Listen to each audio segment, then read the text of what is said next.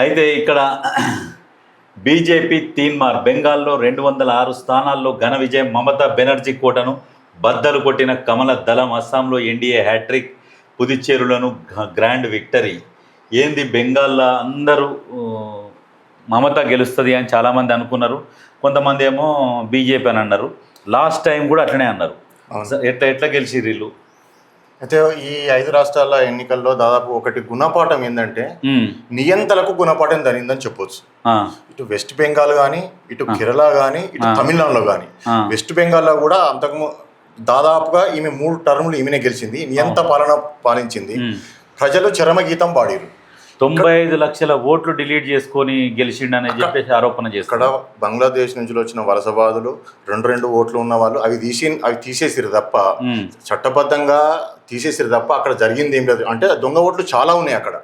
ఈ రోహింగ్యాలు ఉన్నారు అక్కడ, ప్లస్ బంగ్లాదేశ్ నుంచి వచ్చిన వాళ్ళు ఈ రోహింగ్యాలు వాళ్ళు ఉన్నాయి. వాళ్ళ ఓట్లు తీసేసారు తప్ప వేరే ఓట్లు తీసేసిన దాఖలాలు అయితే ఇక్కడ లేవు. వాళ్ళు కూడా కోర్టు క్లియర్ చెప్పింది కదా. ఇంకొకటి ఏంటంటే కూడా ఈమె విషయానికి వచ్చేసరికి నియంత పాలన. ఇటు కేరళ కూడా అదే జరిగింది. సిపిఎం దాదాపుగా వాళ్ళు కూడా 3 టర్మ్ 4 టర్మ్ చేసారు. ఇదే జరిగింది.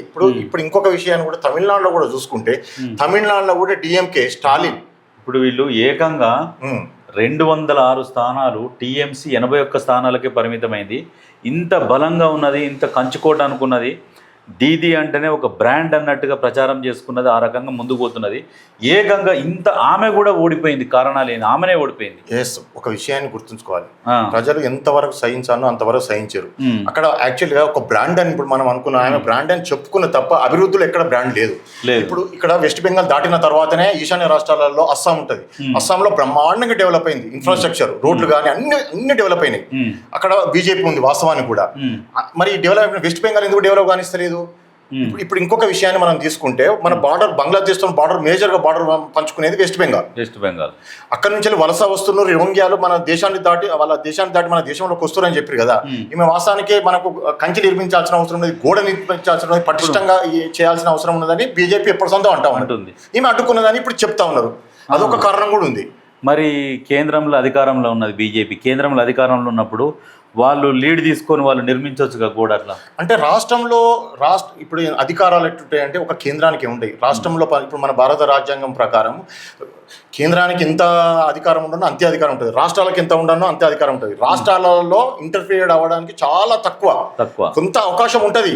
కానీ ఆ పరిస్థితులు దాటి గవర్నర్ పాలన విధించి వీళ్ళని ప్రభుత్వాన్ని దించేస్తేనే తప్ప కేంద్రాలు వచ్చేసి పాలించలేవు. కానీ ఇప్పుడు బీజేపీ ఎన్నో చెప్పుకుంటూ వచ్చింది, మేము ఇది చేస్తాం, అది సాధిస్తాం, ఇది సాధిస్తాము రకరకాలుగా అని చెప్పిర్రు. కానీ ఇక్కడ బెంగాల్లో గెలిచిర్రు. సరే ఓకే, గెలిచిర్రు, దాని ప్రజా తీర్పును గౌరవించాలి, గెలిచిర్రు ఓకే.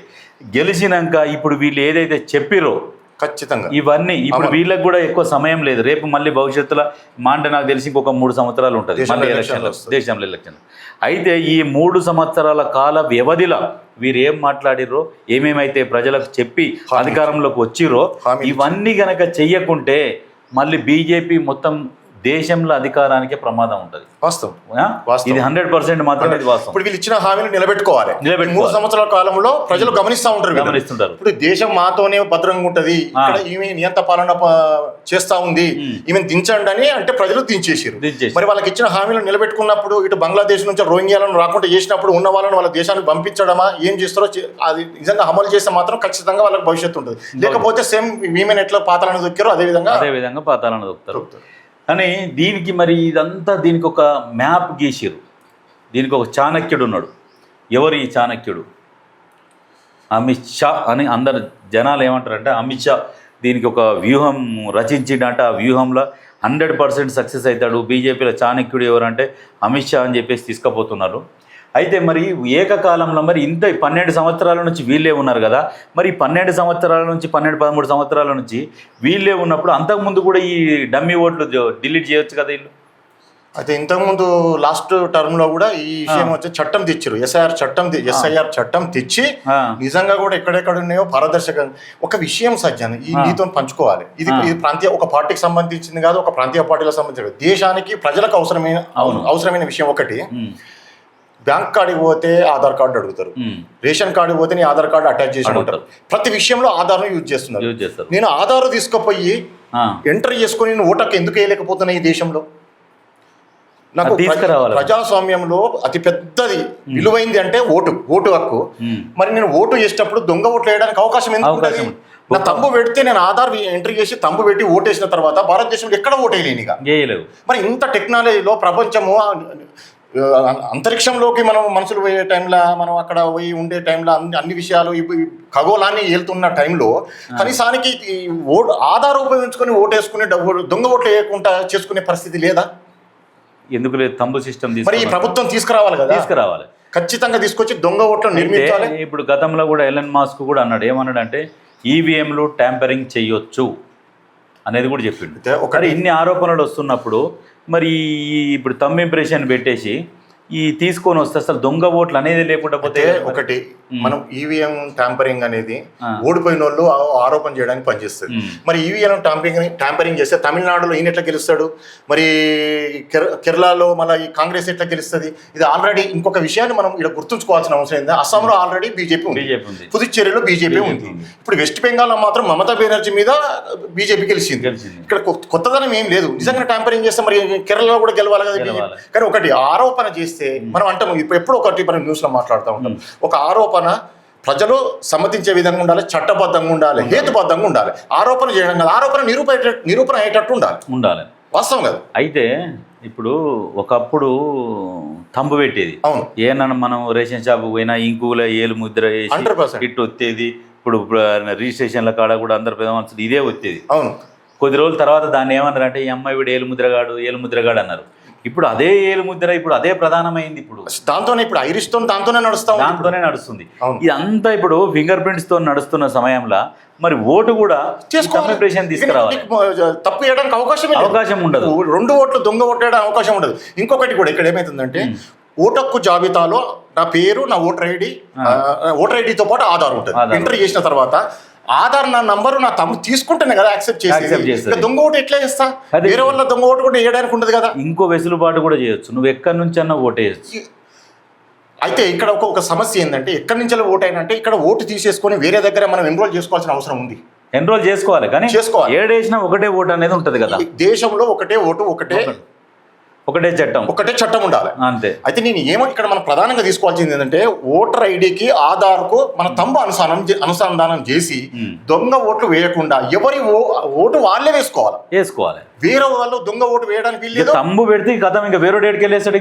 నో ఛాన్స్ లేదు. అది నిజంగా ఈ ప్రభుత్వం, కేంద్ర ప్రభుత్వం తీసుకురావాలి. అయితే ఇంకోటి, మరి ఇప్పుడు దీది పరిస్థితి ఏంది? ఇప్పుడు ఇక ఖచ్చితంగా వాళ్ళు ఇప్పుడు ఈ 15 సంవత్సరాలు వీళ్ళు చేసిన తప్పులను, స్కామ్లను, ఈ ఒంటెద్దు పోకడలను ఇవన్నీ బయటకు తీసుకొచ్చి త్వరలో ఈమె జైలు పోయే పరిస్థితి అయితే ఖచ్చితంగా. టీఎంసీ మీద ఇప్పుడు ఆఫీస్ మీద కూడా దాడి చేసిన, మంటలు పెట్టి ఇంటి మీద దాడి చేస్తే ఆగమాగం అవుతుంది. మరి లాస్ట్ కి పరిస్థితి వీళ్ళు వెస్ట్ బెంగాల్లో వీళ్ళు చేయని అరాచకం లేదు. నిజంగా చెప్పాలంటే ఇన్ని హత్యలు జరిగినాయి ఈ 15 సంవత్సరాలు, ఈ 3 టర్మ్లో దాదాపుగా ఇన్ని హత్యలు. అసలు మనుషులు కూడా కొందరు మాయమైపోయారు. అటువంటి దరిద్రమైన పరిస్థితి వెస్ట్ బెంగాల్లో ఉంది. మోడీ కూడా కిరాతకంగా హత్య చేసారు చాలా మందిని. సేమ్ ఇదే ఈ హత్యల భాగంగానే ఒక మెడికల్ స్టూడెంట్, పీజీ స్టూడెంట్ హాస్పిటల్కు పోయి ఆమె మీద మధ్యాహ్నం వచ్చింది చూసినావా, వాడు ఒకడు బయట నుంచి వచ్చి అటెండర్ అని చెప్పిండ్రు, వాడు కాదన్నాడు, స్క్రూ డ్రైవర్తోనే హత్య అని చెప్పేసి ఆరోపణలు వచ్చినాయి.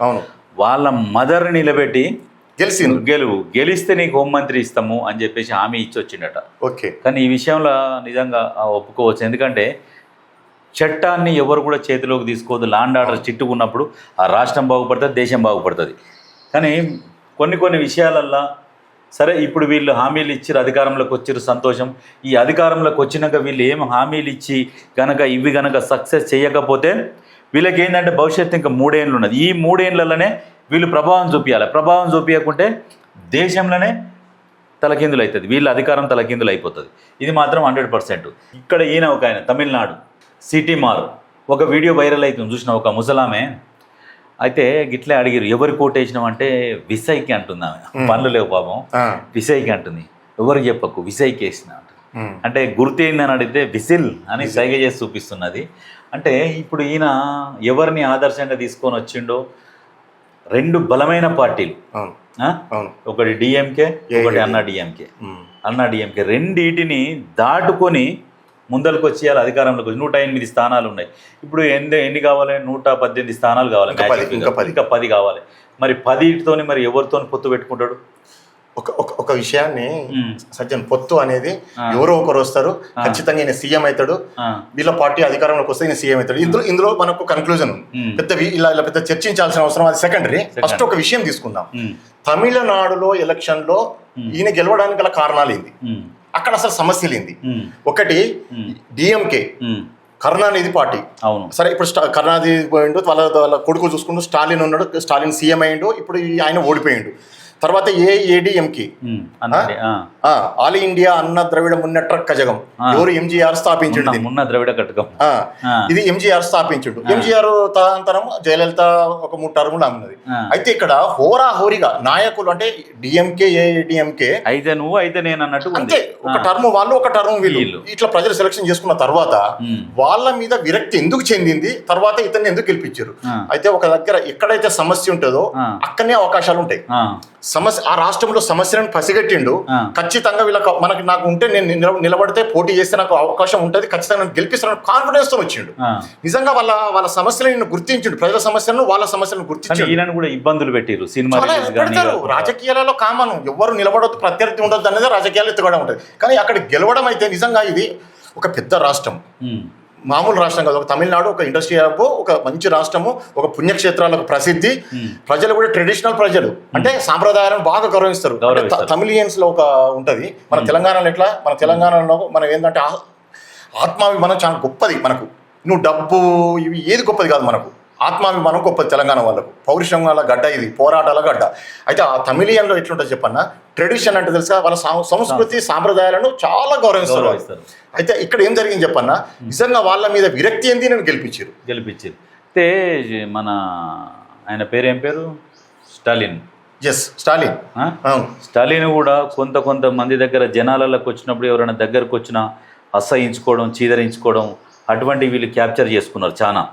దాంతోపాటు ఏం చేసినంటే, నేను ఇక్కడ ఈ మతాలకు సంబంధించి కూడా ఆయన మాట్లాడింది. ఆయన కొడుకు కూడా ఉదయనిధి స్టాలిన్, ఆయన కూడా రకరకాలుగా మాట్లాడండి, మతాలకు సంబంధించి మాట్లాడి కొంతమందిని కించపరిచినట్టుగా, కొంచెం ముసలోళ్ళ దగ్గరకు వస్తే రానియకపోవడము, చీదరించుకోవడము, ఇవన్నీ ఏం చేసినంటే సోషల్ మీడియాని పెట్టుకున్నాడు ఈయన బలంగా.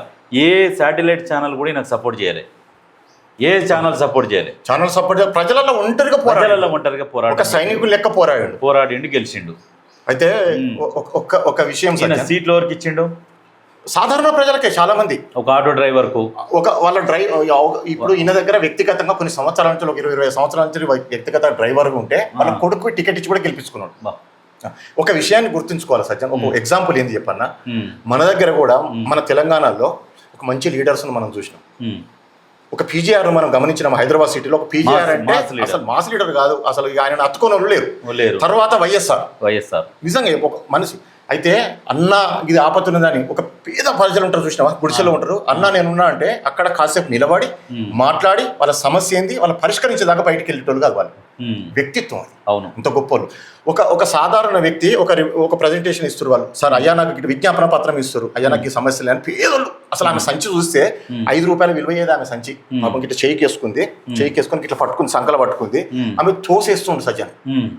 ఎంత అన్యాయం, నువ్వు వాళ్ళ ఓట్లతోనే గెలిచినావు కదా, ఇంత ఇంగిత జ్ఞానం లేకుండా వీళ్ళు అసలు ఎట్లా ముఖ్యమంత్రి అనే అధికారం చెలాయిస్తున్నారు, ఎంత ఘోరం అది, అవమానం కదా ప్రజలకు. ఇప్పుడు ఒక విషయం ఏంటంటే, ఒక సాధారణ మహిళను అవమానించినట్టే రాష్ట్ర ప్రజలను అవమానించినట్టే. దాన్ని జనాలకు బలంగా తీసుకుపోతారు మరి అన్ని ఛానల్స్ తీసుకుపోయారు. అందుకే ఈయన పతనం అందుకే స్టార్ట్ అయింది, అందుకే ఓడిపోయాడు. ఆయన కూడా ఓడిపోయాడు చివరికి. ఎవరు? స్టాలిన్ కూడా ఓడిపోయాడు. దాంతోపాటు ఆయన కొడుకు కూడా చాలా వెనుకంజలం ఉండే, లాస్ట్ చివరిగా సావు తప్పి ఈ మెల్లగా అన్నట్టుగా. ఒక విషయాన్ని గుర్తుంచుకోవాలి సజ్జన్, ఈ చర్చ ఎందుకు వస్తుంది మనకంటే, ఒక రాజకీయ నాయకుడికి ఉండాల్సిన లక్షణాలు ఏంది, ప్రజలను ఏ విధంగా చూడాలి. అయితే ఇంత పెద్ద హీరో, ఒక మంచి హీరో, ఎన్ని ఆటంకాలు కలిగించినా ఎక్కడ కూడా అగ్రెసివ్ కాలే. ఈయన టార్గెట్ ఏంటంటే అధికార పక్షాన్నే టార్గెట్ పెట్టుకున్నాడు, డిఎంకేని టార్గెట్ పెట్టుకొని డిఎంకే మీద నుంచే పోయిండు. ఇటు నా సైద్ధాంతిక శత్రువు బీజేపీ అని కూడా చెప్పిండు. ఈ సైద్ధాంతిక అంటే ఈయన ఆలోచనలకు సిద్ధాంతపరంగా సిద్ధాంతపరంగా వివేచించడం, వాళ్ళది ఒక పాలసీ ఉంటుంది, వీళ్ళది ఒక పాలసీ ఉంటుంది. ఎస్, వాళ్ళది ఏంటంటే ఇప్పుడు మతపరమైన పాలసీ, ఎస్, ఈయనది నాకు మతాలతో సంబంధం లేదన్నట్టుగా ఈయన ఇవన్నీ కలుపు కట్టుకొని డైరెక్ట్ అధికారంలోకి వచ్చిండు అనేసరికి చాలా గ్రేట్ అనిపిస్తుంది. అది వాస్తవానికి గ్రేటే. మరి ప్రజలు యాక్సెప్ట్ చేసినాక దాన్ని గ్రేట్ అనాల్సిందే. మేజర్గా అంటే మలుపు తిరిగినాయి అంటే ఒకటి తమిళనాడు, ఒకటి బెంగాల్, ఒకటి కేరళ అధికార మార్పు జరిగింది. 100% ప్యూర్లీగా జరిగింది, మొత్తానికి మొత్తం. అయితే కేరళలో ఎస్ కాంగ్రెస్ ప్లస్ 99 అట. ఈ కాంగ్రెస్ ప్లస్ 99 అంటే ఇది ఇంట్లో ఉంటుంది, ఇంట్లో చిన్నది సింగిల్గా కాంగ్రెస్కి 63 స్థానాలు, అస్తం పార్టీ శ్రేణుల్లో నయా జోష్. అయితే 2021లో 21 సీట్లకే పరిమితమైంది అక్కడ. ఇక్కడ పినరై ఉండే కదా, పినరైది ఎట్లా ఉంటుండే పరిపాలన. ఇప్పుడు యాక్చువల్గా కూడా వాళ్ళకి ఎందుకు మైనస్ అయింది పినరై? ఇదే ఉంటుంది పోకడలు నిర్ణయాలు, ఈ లెఫ్ట్ నిర్ణయాలు. వాస్తవానికి లెఫ్ట్ నిర్ణయాలు మంచిగా కాదు. ఏదో పాడుబడ్డ సిద్ధాంతాలను పట్టుకొని ఇప్పుడు ఉన్న జనరేషన్లో ఎగుతా అంటే నడవదు. ప్రజలకు ఏం అవసరాలు ఉన్నాయి, అప్డేట్ కావాలి, నాయకులు అప్డేట్ కావాలి, మన ప్రపంచం అప్డేట్ అవుతా ఉన్నది, నాయకులు కూడా అప్డేట్ కావాలి. కానీ మేము ఒంటెద్దు పోకడలు నిర్ణయాలు కూడా వాళ్ళు ఎట్లా అంటే ఒంటెద్దు, నేను చెప్పిందే వేదం. ఎట్లా జరుగుతుంది అది? ప్రజలకు ఆలోచనలకు అనుకూలంగా పోవాలి కదా, అది దెబ్బతీసింది ఇక్కడ. దాన్ని కాంగ్రెస్ అవకాశంగా మలుచుకొని అధికారంలోకి వచ్చింది. కానీ నమ్మకం కలిగియాలి వాళ్ళకి, నిలబడాలి. ఒక ప్రభుత్వం ఇప్పుడు ఒక టర్మ్ గెలవడం శాశ్వతం కాదు. అది ఇప్పుడు ఏం చేస్తారంటే ప్రభుత్వం అక్కడ ఉన్న రూలింగ్ ప్రభుత్వం మీద కోపంతో ఆల్టర్నేట్గా సెలక్షన్ చేసుకునే వాళ్ళైతే బాగా చేస్తారు అని వాళ్ళకి వేస్తారు. వీళ్ళు కూడా ఇదే పరిస్థితి అయితే పాతాళానికి పోతారు. నిజంగానే నిలబెట్టుకున్నారు అనుకో, ప్రజలు గుండెలలో పెట్టుకుంటారు. ఇప్పుడు 21 సీట్ల నుంచి 63 సీట్లకు వచ్చింది. చాలా గ్రేట్. అది ప్యూర్లీ క్లీన్ సీట్ చేసినట్టు. అయితే ఇప్పుడు ఇక్కడ ఏంటంటే మెయిన్ ఈయన హ్యాండ్ ఉంది రేవంత్ రెడ్డిది. రేవంత్ రెడ్డి పోయి స్టార్ క్యాంపెయినింగ్ చేసిండు.